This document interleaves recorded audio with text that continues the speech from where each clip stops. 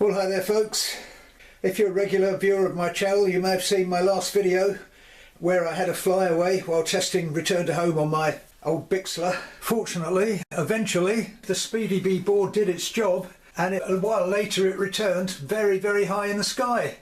Well, actually that bad luck was about to continue, because 4 days later I lost control of it again somewhere. I'm not sure why, but after some searching found it, this time crashed. Managed to repair it, figured out what the problems were, and a few days later on I was actually at the 95% finish stage of figuring which particular cameras I was going to use on this when I did finally get round to flying FPV.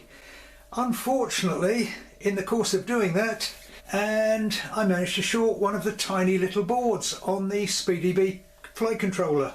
The question is, why did it happen? Well, I'll show you here why and how it happened, and hopefully you can learn by my mistake. So where do I start? Well, as always, a couple of factors involved in the cause of this mishap. I think the primary one is probably the Bixler. Even though it's bigger than the little that I was planning to use, the cockpit in the Bixler isn't really big enough to safely install a flight controller, receiver, speed controller and all the other gubbins you need to fly FPV with an aircraft. So that's factor one. Factor two, and you can't help but noticing looking at my video, there are exposed terminals on the board. So what happened? Well, I mentioned the cameras. Finally reached the stage where I could actually think about installing one of the modules, putting it on for real, even putting the little barbecue stick through and putting the rubber band over to hold it all together. LiPo has to go in here, and it's a tight fit. In fact, as you can see, trying to get all this in here in a Bixler is a tight fit, but LiPo goes in. Battery is then connected here, and this has to tuck under here like so.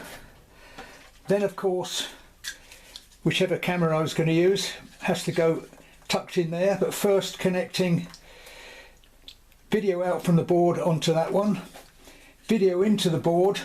Then it's a question of tucking all these leads in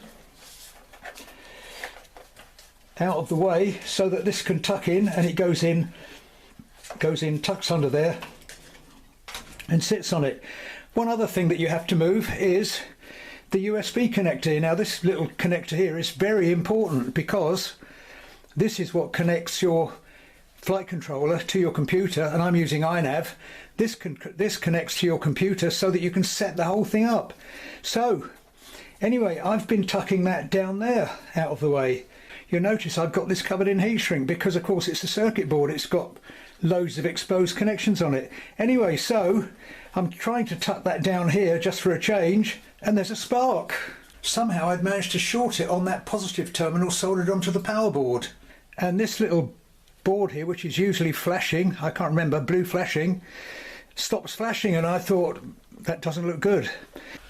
Turned on my video monitor, and in fact on-screen display was showing on it, so the main board was working, and I was hoping that maybe I'd got away with that little short circuit there. Then I tried connecting it to my phone so that I could use the SpeedyBee app. Bluetooth was showing in settings, in connections, but when I clicked on the SpeedyBee app it said can't connect because UART 6 or 5 isn't connecting. So basically we stuck with a board that I can't connect to anymore. Okay, so it's not essential to be able to connect it to your phone, although it's useful because it lets you see things like how many satellites you're connecting to. But of course, importantly, you do need to use it to connect to your PC to change settings. Anyway, after a few more tests, I've discovered that with a bit of fiddling I could connect to my PC, but all the same, not exactly easy. So contacted SpeedyBee. Fortunately, they were able to sell me the board separately. So that's on the way. But of course, even easier, it would have been prevention is better than cure. Why did I leave exposed terminals on the board in the first place? Well, there was a bit of bad luck there. I had insulated the Bluetooth module, and if you look here, it was just the edge of that tiny little USB connector that actually contacted the positive side. where the lipo connects. Anyway, prevention better than cure, as I said, and that leads me nicely onto showing you my improved installation. First off, you may notice I cut a little hatch here because there was already space in the middle here between the wings. It's not going to lose any strength because there's a carbon spar across there, so receiver can tuck nicely in there, which means that got a fair bit more room in here because I've done away with this shelf that went across there to hold the receiver, which you can see in this little clip. Much more space to get this in a tidy fashion. More importantly, I've actually got insulating tape around those terminals. Move the speed controller a bit further back, that's given me a bit more room here, and those I can tuck my terminals to connect my camera down there, go in nicely. Still waiting for the new Bluetooth module, that'll go on there, and I can tell you I will make sure it's either very well insulated or, even better still, unplug it when you're not using it. Safe as houses then. So pretty confident, 99% sure that I'm not going to have further mishaps, but maybe I speak too soon. Incidentally, I don't know if I showed you before, I've got my ventilation scoops there that I made out of a bit of plastic bottle, and all in all I'm pretty happy with it now. Anyway, that's my little story. As I say, I'm still waiting for this little Bluetooth module, and weather's not very much suitable at the moment for another flight test, but thought I'd share this with you so that you don't make the same silly mistake as me. Trying to put a load of gear into something as small as a Bixler, and two, don't leave exposed terminals. Anyway, having told you my horror stories, I'll just plug it up and show you how it's going to work when it's supposed to work. No naked terminals now, and that's where the Bluetooth module's going to go when I finally get it. So lipo in. It's such a tight fit that I even have to think about which way round I'm going to turn the connector. Sorry, forgot transmitter. There's a model finder in it, and if I don't keep this model awake by putting an input within every 60 seconds, it will start beeping and be annoying. So put the TX there, plug in my lipo, and it is such a tight fit I can barely get it in there. Tuck that in there. Now I've got to connect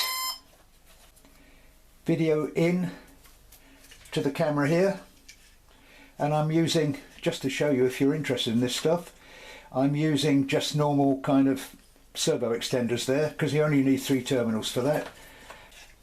So plug that in, but you'll see what a tight fit it is. Try and tuck that in out of the way. Plug in the connection from the, well, that's why it's beeping, give that an input. Plug in the connection from the SpeedyBee board to transmitter so that you get on screen display. And now with a bit of luck I can tuck these in. You can see just what a tight fit this is. I can tuck this in like that.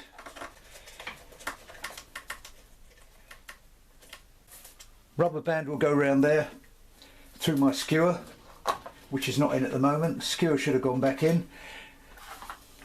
You can see anyway, I think I'm demonstrating here why you shouldn't actually try and do this with something as small as a Bixler. Let's turn on the monitor, and with a bit of luck, what a bit of luck, there's an on-screen display, and just to show you it's live, that's my hand. Plus, oh, just kill the model finder, and it's showing 84% battery, latitude and longitude, waiting for GPS fix. So this will be a bit of fun when I actually get it going. And this little monitor, I actually made a review about this because I think at the time it was only 15 or 20 pounds. It's about 30 now, but great little colour monitor. But I've also got some goggles that I've had years. Not great, because I've been contemplating or trying to get around to doing this for years, but I'm going to treat myself to some diversity goggles. So, got it all here ready. Just need, let's have a look on here, see if it's actually arming.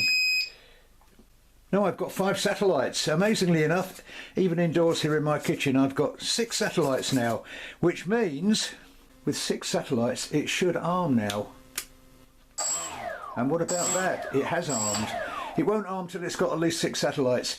So you can see from that why it is useful having the app, because with the app on your phone you can just connect the Bluetooth and you can actually see what's going on. Plus, if there is a problem with it, bad connection, servo fail or something, it will actually tell you on the app what's gone wrong.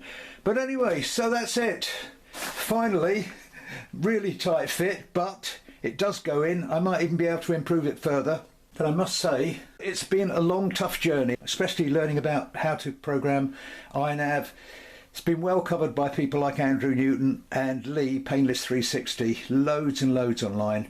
But my little journey, 3 parts, 4 parts, is online, plus the video of my flyaway when I inadvertently messed up pressing my loiter and returns to homes, which is why I've got this little bit of rubber stuck on it now so I don't miss the switch again. Anyway, that's another story. I'll stop waffling on. If you found this in the slightest useful, please give it a thumbs up, helps my algorithms. And if you want to see how I get on with this, when I do eventually get to try it proper FPV with a spotter, then why not hit subscribe? And even if not, there's loads of stuff on my channel for a rainy day, and it's looking pretty awful out now. So hopefully you'll stick with it and see how I get on. Stop that. But that's all for now. I'll leave you with the scary flight where it did fly off, or I lost it and my spotter lost it, and eventually it returned, which was a moment of joy. But that's all for now. Thanks for watching. Hopefully I'll catch you all later with some successful flights of my FPV Big Slow. Bye for now.